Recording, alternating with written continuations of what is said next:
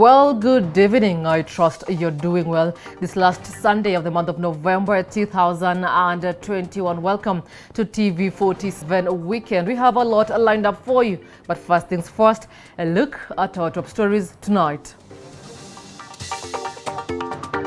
Tonight, government says there are no plans yet to ban travelers from countries hit by the Omicron COVID-19 variant. In terms of surveillance at our ports of entry, like all countries in the world, we have heightened our surveillance.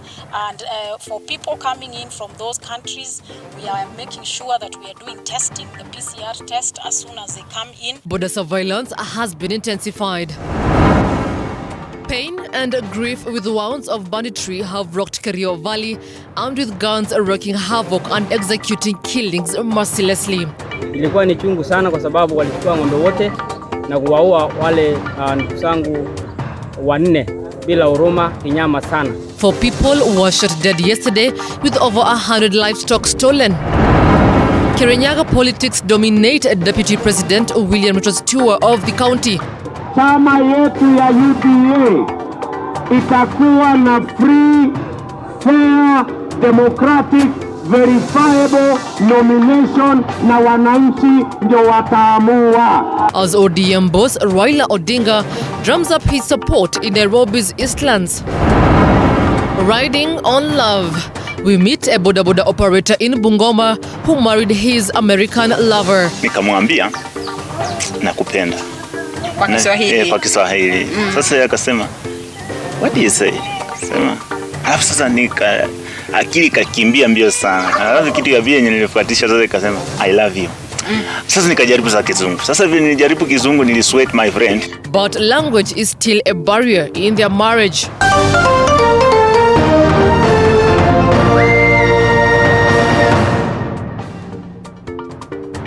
Welcome once again to this live broadcast. My name is Grace Josephine and Minnie Mbesa is a sign language interpreter tonight. Pain and grief have mounted at Kapokibil, Marakwet East, Elgeyo Marakwet County, following yesterday's shooting of 4 herders who were shot dead by unknown number of livestock stolen. Leaders in the area have condemned the incident while visiting the area and families that were affected by the banditry attack. Our very own Vincent Karoki reports that locals are also accusing the government of failure to contain the situation. In what seemed to be restored peace and end of banditry attacks in Elgeyo Marakwet County,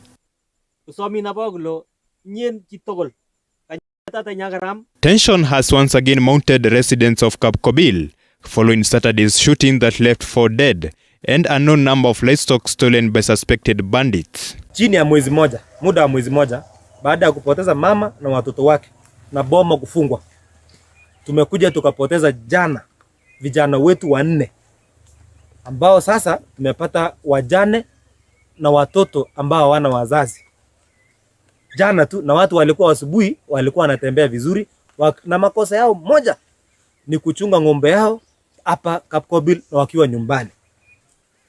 Wakati ule kulikuwa na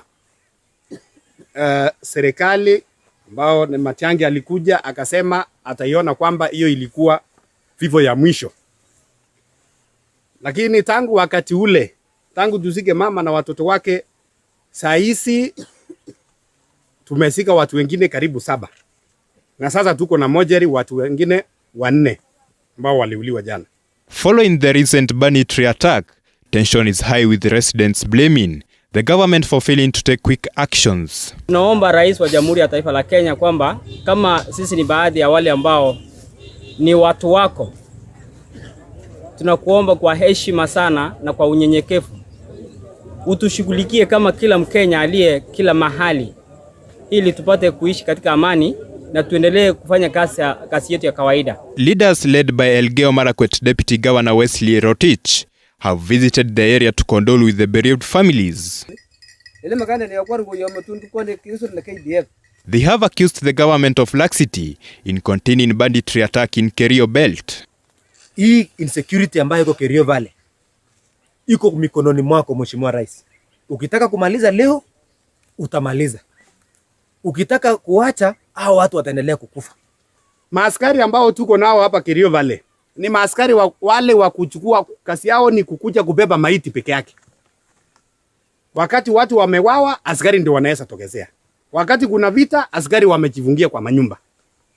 This brings the total number of deaths in the county to 8 after a recent attack by bandits that left mother and her 2 children dead while harvesting millet before shooting dead an agricultural officer along Kapkobil Tot Road while riding a motorbike.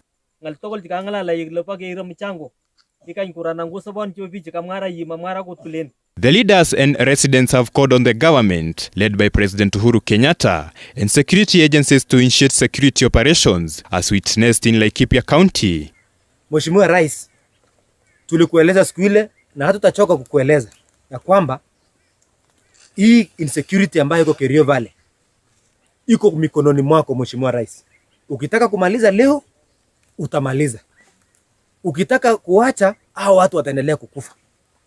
Mheshimiwa Rais, ile kitu tumekosa tofauti ya Laikipia na hii ya Kerio Valley ni kwamba Laikipia wewe ulipeana express orders. Watu wasaidiwe, watu wa Laikipia. Walijengewa manyumba hata chini ya siku 2 na ni mtu mmoja alikuwa amekufa. Mheshimiwa Rais, tunataka tuambie Waziri Matiang'i, wale maaskari tuko nao Kerio Valley, kama inawezekana awatoe kabla ya kesho, wote watolewe na tupewe NPR ambao wanajua mahali wakora wanatokezea na mahali wakora wanaweza patikana. Sisi kama watu wa Marakwet tumefanyia makosa gani serikali? Yenye watu wetu wanauliwa, hakuna serikali kuongea, tunaambiwa ati tumedeployiwa askari wakuja watuchunge na sisi wenyewe atuwaoni. We demand that the people of Elgeyo Marakwet County, especially Marakwet East, wahakikishiwe security yao. Vincent Karoki, TV47. Well, on to the COVID-19 warfare in the country. The government now says there are no plans yet to ban travelers from countries hit by the new Omicron COVID-19 variant, but border surveillance has been intensified. And as Elizabeth Atieno now reports, the Kenyan government has stated that there is heightened surveillance in all entry points. The Ministry of Health, through its Principal Secretary Susan Mochache, has confirmed that the country has heightened surveillance across all entry points in a bid to combat the Omicron variant. The government, however, says there are no plans yet to ban travelers from countries hit by Omicron COVID-19 variant, but border surveillance has been intensified. In terms of surveillance at our ports of entry, like all countries in the world, we have heightened our surveillance. And for people coming in from those countries, we are making sure that we are doing testing, the PCR test, as soon as they come in. We also are making sure that we are asking for vaccinations to be, they should have taken a vaccine. So these are measures that we are taking to, become a bit more stringent. Concern. It's really important that we have good SARS-CoV-2 surveillance around the world, including better genomic sequencing, because we want to be able to detect this variant where it is circulating. The government further urged the general public to embrace uptake of vaccines, which have been proven to be working against the other strains. Our plea is for those that are hesitant about the vaccine. We want to again reiterate that the vaccine is safe. It has been seen to have now no side effects, and if they are minimal. So let us not be carried away by the things that go on, the fake news in social media. Let us come out and take the vaccine. That is the only way to protect yourself and the only way to protect others. For those who are also really struggling with hesitancy, I would also say take the vaccine for the sake of your family. Take the vaccine for the sake of your elderly parents. On Friday, the new variant identified as Omicron was identified in South Africa. Thereafter, the Technical Advisory Group on Virus Evolution met to review what is known about the new Omicron variant and classified it as a variant of concern. Based upon the information that we have, particularly from South Africa, they have advised WHO that this variant should be classified as a variant of concern.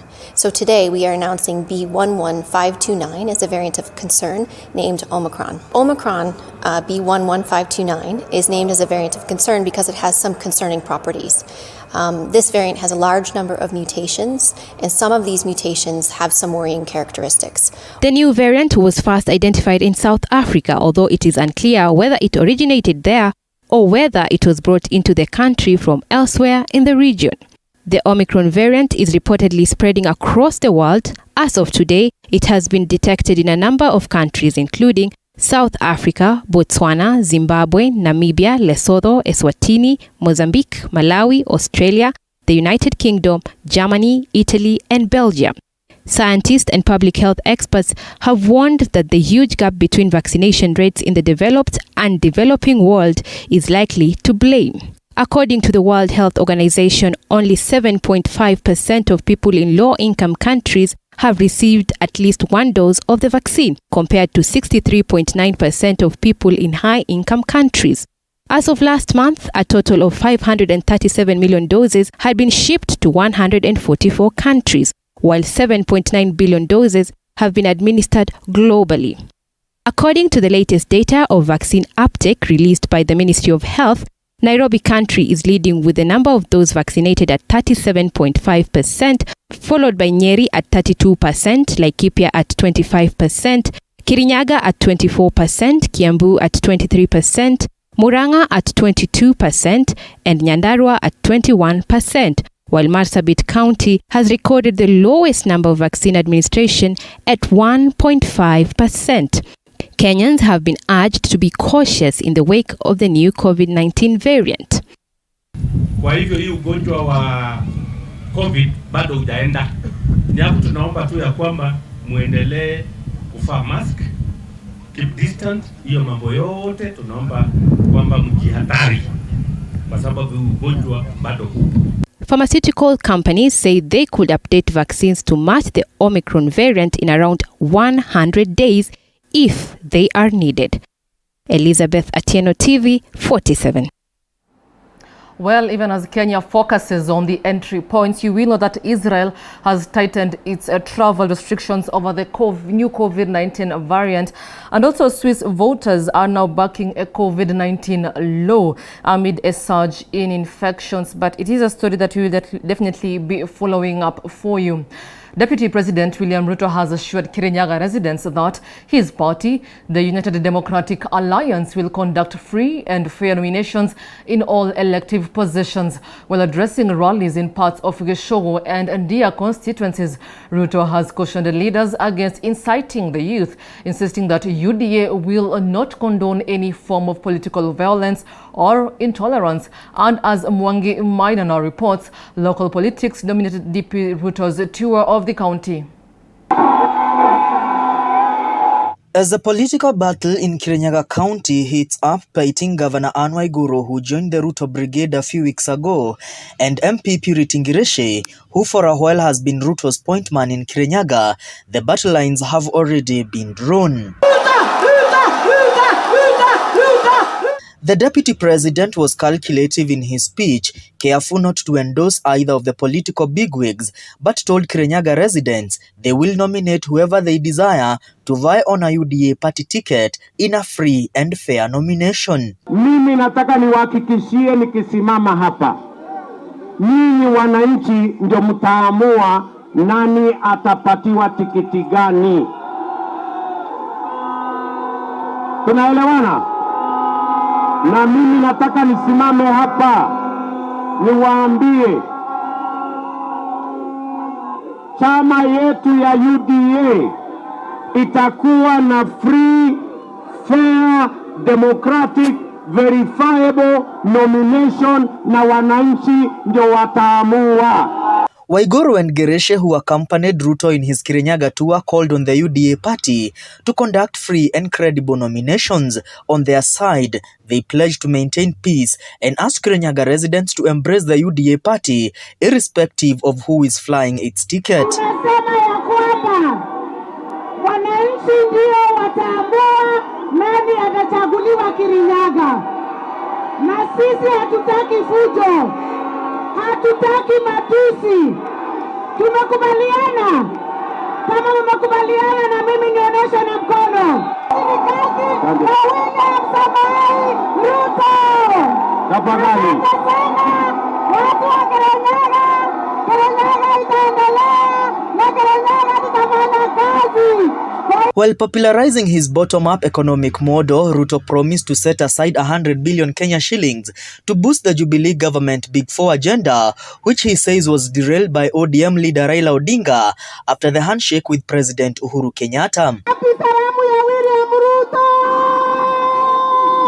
At the same time, Ruto has taken a swipe at Raila, claiming he has no tangible vision for the country.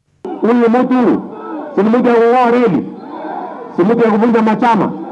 Si hata juzi mimi nilienda Kisumu, si alinipiga na mawe Kisumu. Sasa mtu ya kupigana nawe, mtu ya kuleta kisirani, ya kuvunja machama, ndio mnataka atuongoze sisi? Hapana, hapana. Ruto's foot soldiers castigated Interior Principal Secretary Karanja Kibicho for allegedly issuing threats and forcing a presidential candidate down their throats. They alluded that Kenya's next president will not be decided in boardrooms but at the ballot. Chama ya UDA, hii ya kazi ni kazi, ni chama ya Wakenya wote. Wenye wanasimama MCA wote karibuni. Hata wenye wanasimama everywhere, mkuje tufanye nomination, wananchi waamue. Mtakubali kupandwa? Mtapangiwa Nyeri na Nairobi kwa mahoteli ama mtajipanga? Mtajipanga Kirinyaga? Na watu ambayo wameanza cultural associations, biashara yao ni kufanya biashara ya samaki na biashara ya vitu zingine katika mji ya Nyeri.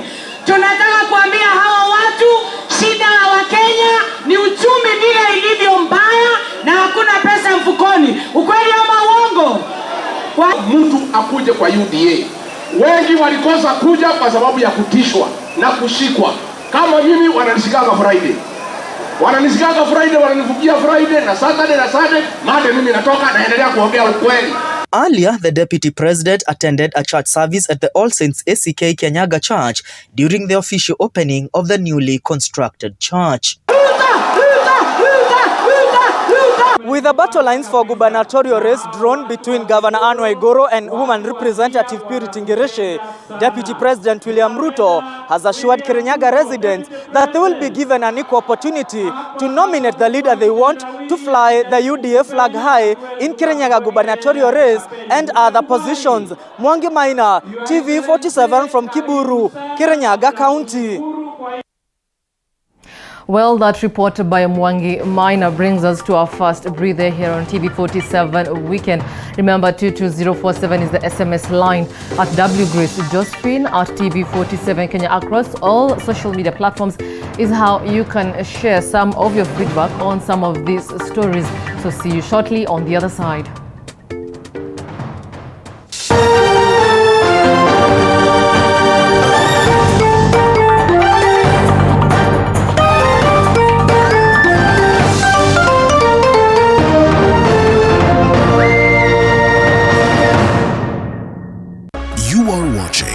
TV47, the home of untold stories. Entrepreneurs around the country are creatively grinding. I started with a borrowed phone. A borrowed phone? Yeah, that could last 2 hours with charge. We just have to do quality work for them. To make their mark in an unpredictable market. It was now going on a sales venture, looking for stockists door to door. On the grind, we bring you their stories so you can tell yours. Every Monday at 7:30 p.m. At previous crusades, the Lord gave the word through Pastor. Entrepreneurs around the country are creatively grinding. I started with a borrowed phone. A borrowed phone? Yeah, that could last 2 hours with charge. We just have to do quality work for them. To make their mark in an unpredictable market. It was now going on a sales venture, looking for stockists door to door. On the grind, we bring you their stories so you can tell yours. Every Monday at 7:30 p.m.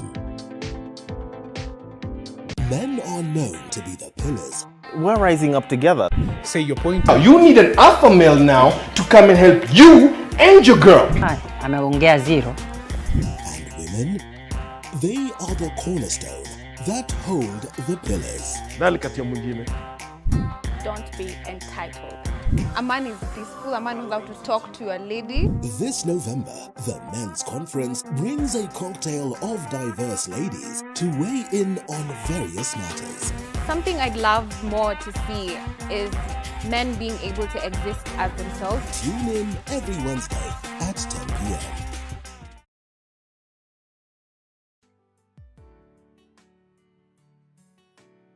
Hello guys, and welcome to Night In with Joy Irungu. Joy Irungu. Joy Irungu. Heartbreak, pain, and tears have been a major part of Night In Season 1.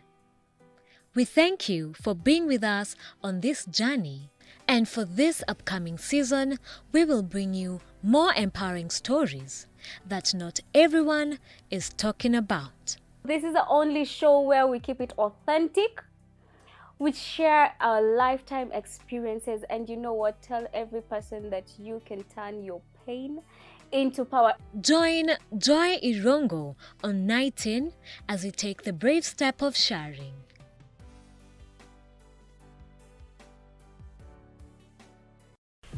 The road to 2022 is becoming tougher. Nyuma ya wheelbarrow kuna economic model. And trickier of untold stories.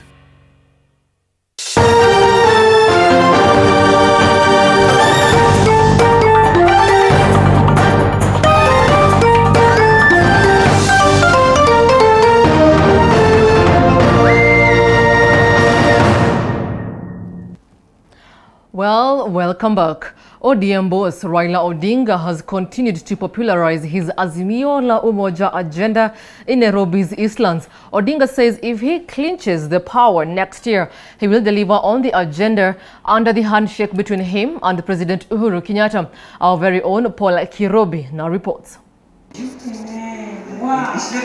A day after ODM leader Raila Odinga completed his tour of Nyeri County, popularizing his Azimio la Umoja clarion call ahead of 2022 polls, the ODM boss spent the better part of Sunday in Nairobi's Eastlands, Odinga making several stopovers before holding a rally in Jacaranda Stadium. The former Prime Minister has promised Kenyans that he will deliver his promises under the handshake deal between him and President Kenyatta. Tuliketi chini na Uhuru mwenyewe alichukua kiapo kule Kasarani. Sisi tukaenda Uhuru Park kuchukua kiapo. Sasa nchi ilikuwa inaenda kusambaratika. Kwa sababu tukaketi chini, tukaongea kwa kirefu, kubaliana tunaweza kuleta Kenya pamoja. That's the mission. Kwa hiyo ndio maana ya handshake, ni sababu mimi naendeza mambo ya handshake, mambo ya umoja, kuleta Wakenya pamoja. His competitor Deputy President William Ruto has been making a similar promise that he will deliver the Big Four agenda under his leadership come 2022. If elected, Raila's allies now claims that President Kenyatta owes Raila a political debt that should be paid. There is also a very serious political debt that has to be paid to Honorable Raila Odinga. Now, we have come to the man of God, yule ambaye ataomba watu wenyewe wajitume kulipa deni ya Mheshimiwa Raila Odinga. Baba, nataka kukuelezea kwamba usiogope. Wewe mwenyewe uliwekwa kwenye detention without trial for 10 years. Wakati ni huu ambapo Mungu atakubariki. So usife moyo. That's why I say anytime, Baba, you have an ODM party. I wish this can be changed to handshake party. Because this is more to the country than any other thing you have done in this country. Umeleta Kenya ikawa pamoja mkiwa na uhuru. Najua baba alipigania nchi. Hii freedom ambayo sasa watu wanajenjoy wakitukana watu wakifanya siasa ni baba alipigania. aliingia jela miaka karibu 10 hakika. Kama lazima tushukuru Baba Raila Amolo Odinga kwa sababu hii freedom of association, freedom of expression, freedom of worship, freedom of assembly ililetwa kulingana na mzee Raila Amolo Odinga. Na tukisema hivi, wale wapinzani wetu wanasema tusiambie watu historia. A section of Mount Kenya leaders have also assured Odinga support come next year's polls. The president is gaining acceptability. There are people who never used to listen to us. They are opening their ears. They are opening their hearts. They are opening their homes. They are welcoming the message from Mheshimiwa Raila Odinga. By the time we are going to May, June, Baba will be 70 in Central Province. Baba will be 70 in Central Province. Kwa sababu ndugu yake watakuwa wameshikana na yeye mkono. After a church service at the Jesus Teaching Ministry, Odinga made several roadside stopovers, calling on Kenyans to support him in the upcoming general elections. The ODM boss made stopovers in Donholm and Soweto before addressing a rally at Jacaranda grounds, where he promised Kenyans a better future if elected president. Under his Azimio la Umoja agenda, Raila says he will revive industries that are dead, create job opportunities, a 6,000 monthly stipends to vulnerable Kenyans, sealing corruption loopholes, and addressing challenges of water in the city. Odinga is set to announce his 2022 plan on the 10th of next month. Paul Kirobi, TV47, Nairobi. Meanwhile, ANC party leader Musalia Mudavadi has strongly spoken against the use of school buses to ferry Kenyans for political reasons. Meanwhile, National Assembly Speaker Justin Muturi wants politicians seeking for support from Kenyans ahead of next year's polls to focus on development-oriented politics instead of giving what he termed as false politics. Mike Kagwongo now reports.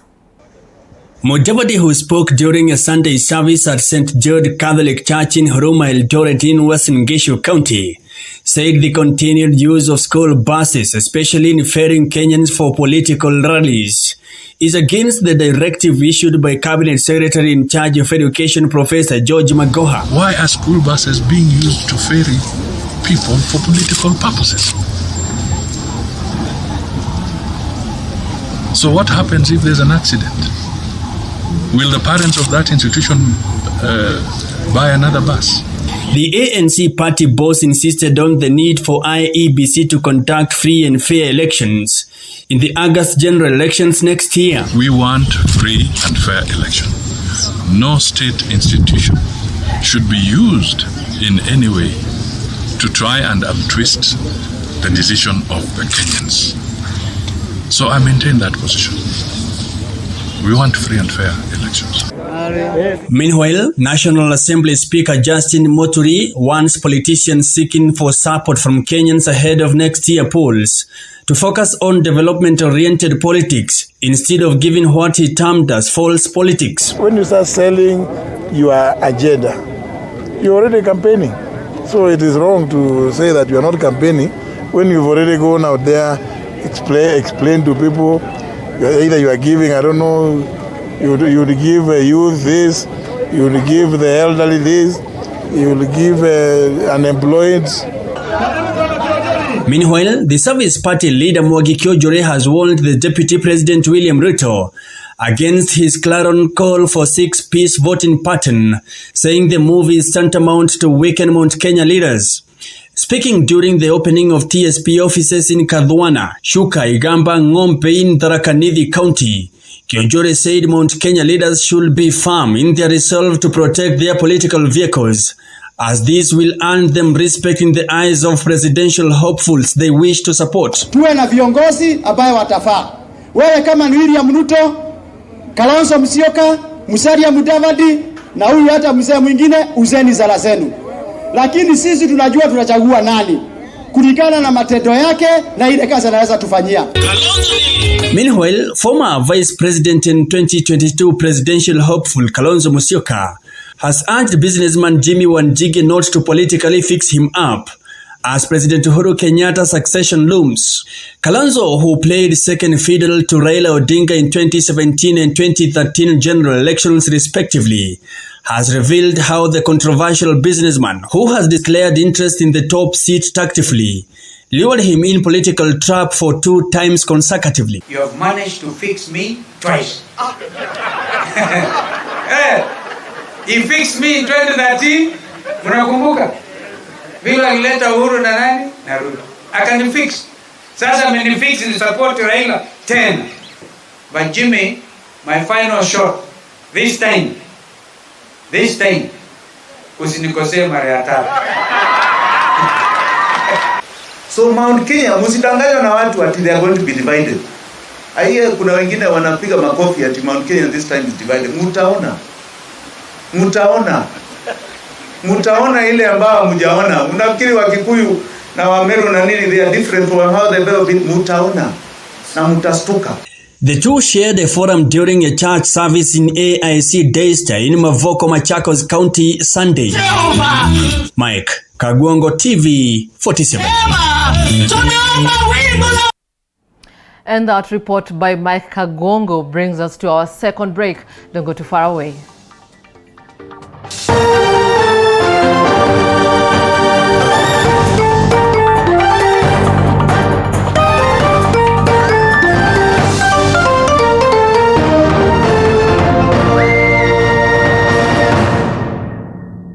You are watching TV 47, the home of untold stories. Men are known to be the pillars. We're rising up together. Say your point. You need an alpha male now to come and help you and your girl. Ameongea zero. And women, they are the cornerstone that hold the pillars. Don't be entitled. A man is peaceful, a man who's allowed to talk to a lady. This November, the Men's Conference brings a cocktail of diverse ladies to weigh in on various matters. Something I'd love more to see is men being able to exist as themselves. Tune in every Wednesday at 10 p.m. Nothing beats the freedom of overcoming the limitations of distance, time, and space. At Mount Kenya University, we offer internationally recognized education through the open, distance, and electronic learning, giving you the flexibility of studying from any part of the world and graduating on time. Simple? Great. Intake is in progress. Mount Kenya University, unlocking infinite possibilities. At Trisent School of Medical Health Science and Technology, we offer highly competitive courses tailor-made to suit your needs. These include certificate and diploma in theatre technology, medical engineering, nutrition and dietetics, science lab, health records, environmental health science, counseling psychology, applied biology, social work and community development information and communication technology, computer engineering, information systems, among others. January 2022 intake is ongoing. Register now at our Nairobi campus in Nairobi West around Nyayo Stadium on 0700-129-536. Our Juja campus next to Jomo Kenyatta University on 0700-000-760 and our Kisumu campus opposite Swan Center, Oginga Odinga Street on 0703-201-229. Trisent School of Medical Health, Science and Technology, where careers come to life.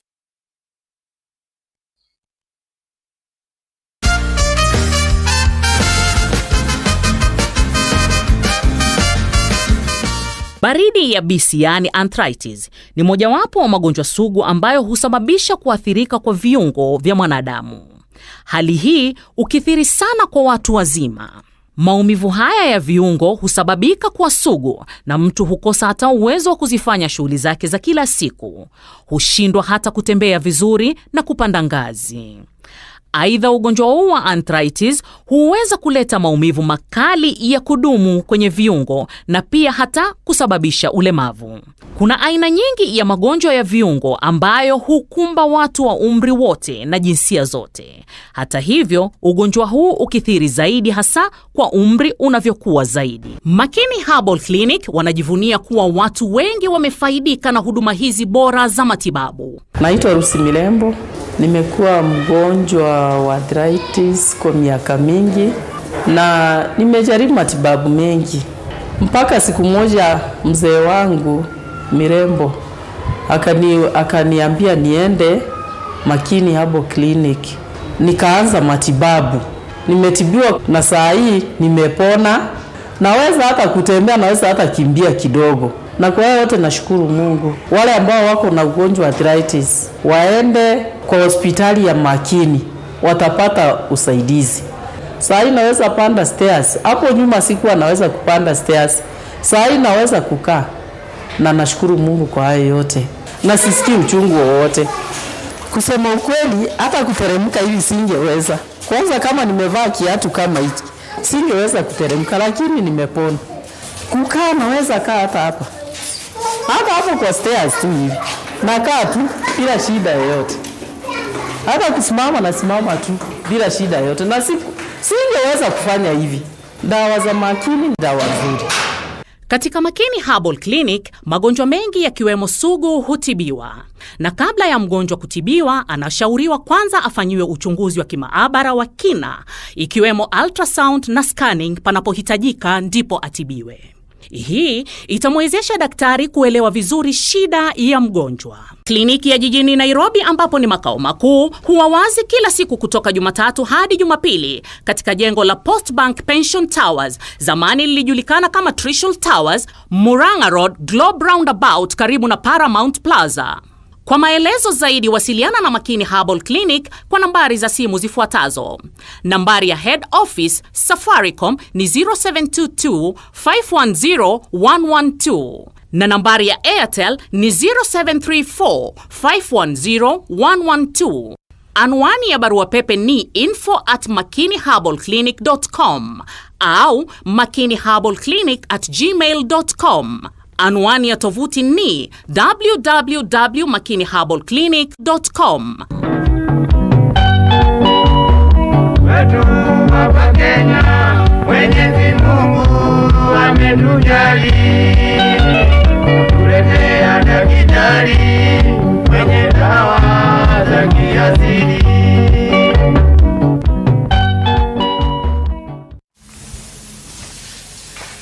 Kapten tupigie risto. Mabron Jace. Yeah.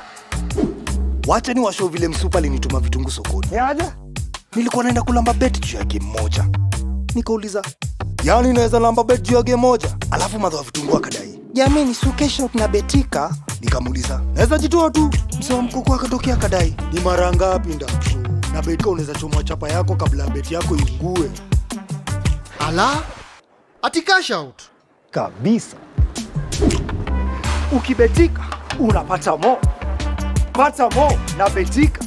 History imeletwa kwako na Betika, the official sponsors of happiness. Gambling can be addictive. Play responsibly. Not for persons under 18 years of age. This advert is authorized and regulated by the Betting Control and Licensing Board. License number BK281.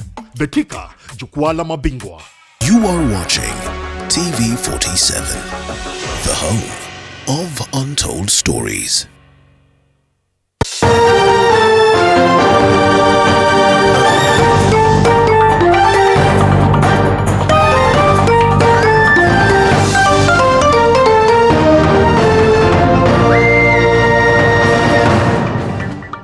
Glad to have you back. Now, they say love is blind. It is an expression explained in the life of Albert Wanyonyi, a boda rider, and his American-born wife, Kari Wanyonyi. The two, who live in Nyangali village in Bumula sub-county in Bungoma, got married 4 years ago and were blessed with 2 children. Have a look. It is in this village of Nyangali, Bumula sub-county in Bungoma County, where we meet this lovely couple, Albert and Kari Wanyonyi. Oh, you made it for the rabbits. I see. Kerry, an American by birth, is a holder of 4 degrees, 1 in economics. She arrived in the country 4 years ago with her parents as missionaries. And as he was introducing himself, God spoke to me and said, "This is your husband, and that's why you never found the right one back home." Little did she know that she would meet the love of her life. But God, in the vision, I put my hand on his heart, and he put his hand on my heart, and we just understood each other's hearts without words. And I woke up from that vision. Albert Wanyonyi, a boda boda rider, will often take Kerry to the market. That time, Kerry's family was ministering in a local church in Bungoma County. Wanyonyi says one day he mastered the courage and revealed his feelings towards Kerry. Nikasema hapa hata kama mimi nitachiuma ulimi wacha nijaribu. Hapo ndio nilijaribu mara ya kwanza. Nikajaribu kizungu ikapotea kidogo. Nikamwambia nakupenda. Kwa Kiswahili. Kwa Kiswahili. Sasa yeye akasema, "What do you say?" Akasema, alafu sasa akili kakimbia mbio sana. Alafu kitu ya vile nilifuatisha sasa ikasema, "I love you." Sasa nikajaribu za kizungu. Sasa vile nilijaribu kizungu nilisweat my friend. They both fell in love. Love, a beautiful feeling that hurts so good. Love, a language understood by all. One of the concerns I had was that people said when you marry a Bukusu, one of the things is you have to know how to cook ugali very well, and the mother-in-law will sit there and she'll watch you make ugali and she'll see if you're good enough to take care of her son. Which makes sense. You have to be able to take care of your husband. He said, "My wife, I will cook the ugali." That melted my heart. Like, I felt so happy and so warm inside just knowing that he was a Bukusu man who was willing to even cook the ugali in our relationship if he needed to. Albert, who is a standard 2 dropout, says he felt some jitters while trying to communicate to Kerry. Hii kizungu nilikuwa tu nachiuma tu peke yangu kwa nyumba. Nikitrain usiku kwa Kiswahili narutia kwa kizungu. Nikikua kitu kimoja naenda. Sasa nikiongea kwa Kisungu na kuja kwa Kiswahili na kuja kwa Kibukusu. The two have been married for 4 years and are blessed with 2 children, though they face some challenges. Hizi potatoes na koroke. Hizi viazi na koroke tu ni kweu kama uji. So naona tena kadi sijui nyama tena waongezee. Sasa unajua sasa hiyo mix wewe hujawahi jaribu. Sasa inakuwa ngumu kuhandle na kata hizi unasema mimi nataka ugali. And then once in a while you schedule time to go see a friend. Sure. Here you just go. I had to get used to that. I would wake up, I would start to cook, and my new husband is here, and he would be like, "Okay, I'm coming. You're not staying here?" And you know, it was just an adjustment on my part to learn the culture. They say they have great future plans. We want to have a school, like a missions school. We want to have a missions training center and a church and several other things. And we're only part of the way there. For Kerry, cooking and taking care of her family is an art she has mastered. Her mother-in-law has been of great support in making her learn the art. Jina langu ni Kerry Wanyonyi. Nahusima Lukali Mosechewas. I love you very much, my husband. I love Managu. Nkunde with moheleha is really, really good too. And I can make my own moheleha. They say true love never fades. And as for the locals here, they refer to them as Muzukusu, meaning Muzungu and Mbukusu. Nashukuru Mungu kwa sababu tayari Mungu ameniwezea kwanza English kazuri, saizi kamepanda kwa cheo kidogo. And my mom and my dad, I love him for so much. You do for the good things for me for my life. You make my life more to look beautiful.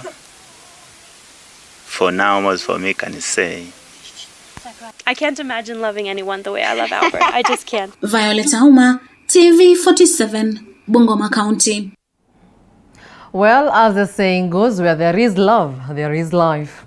The Ajuran community, who are the third largest community in Wajir County, have expressed their interest in the gubernatorial race.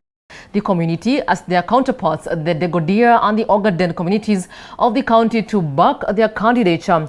Abdullahi, who aspires to represent the community in the race through negotiated democracy, vowed to address adversities that affect the county, especially perennial drought and water shortage. Our brothers in Wajir East have served us, and we have seen what they could do for us. Our brothers in Wajir South are currently in office. Now our prayer is, as a community, Ajuran have never been given this position of governorship.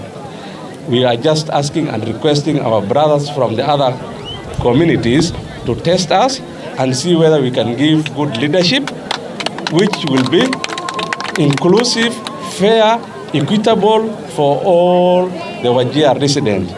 It's a historic day for the Ajuran family. This is not merely a lounge, but this is the path to the realization of this dream. And come 2022, we are in the front line and we will come a united front. Elsewhere, over 375 sacked healthcare workers from Kirinyaga County have demanded that Governor Anne Waiguru respects the Public Service Commission directive to reinstate them back to work, saying 2 healthcare workers have died of depression. Speaking to the press, the sacked healthcare workers have complained of not being promoted for 6 years, despite their alleged high level of competence. The healthcare workers have further debunked allegations that they were politically influenced to take part in the strike. They have now vowed to head to the Public Service Commission offices next week for their reinstatement letters. Service Commission stipulates this, that you can never sack and employ on contract. Maybe you sack and employ under the same capacity. One of our grievances was promotion for us. For those who have been in government, like me from 2010, I've worked for like 9 years. So I should have been promoted like 3 times. From that job group H to K, but it happens once. So I worked for 6 years without a promotion. Most of the people who went back with that olive branch and were given the reinstatement letters, up to date as we talk, they have been waking up to go to work every morning and they have not been receiving their pay until date. And what we are asking the governor of Kirinyaga, please don't push Kirinyaga kids to the pit again. Yes. We want everybody in stable mental capacity, but we don't want tormentors. You have tormented us enough 3 years down the line, but we want to tell you no more again. We need our jobs back. We need our families intact. We need everybody in his or her right mental capacity. Well, let's cross over to the western part of the country where cotton farmers in Busia County have urged the government to increase the price of cotton and make it fair for the farmers who have been making losses despite the high farming cost of cotton. Speaking during the exhibition of cotton farming in Jairos, Busia County, the farmers complained on the high production cost involved in cotton farming and the low price of cotton, which goes for as low as 50 shillings per kg, that has made them incur huge losses. The farmers further urged the government to increase the price of cotton that stands at 50 shillings to 100 shillings per kilogram so as to make a profit. Ambalo nitaongea, nitakuwa mfupi, sitakuwa mrefu sana. Leo kulikuwa na maharagwe. Ulipanda wakati mmoja, nikaweka maharagwe ndani. Ulipanda kwa wakati mmoja. Bei sawa ambayo tunapata na sisi. Mtaani nilipopeleka huko kukulisha nataka kuona watu Francis Omuse, Nancy Demba na Bwana Mudu. Tusome huko mbele ili tuone kwamba kuna watu ambao wanataka. Mimi wakilishi ya mbunge wakati huu nilikuwa hapa tena na msalimu kwa mjambo. Kwa majina naitwa Vincent Yagesa, nikiwa mwenyekiti wa Rwanda Cotton Farmers Cooperative Union.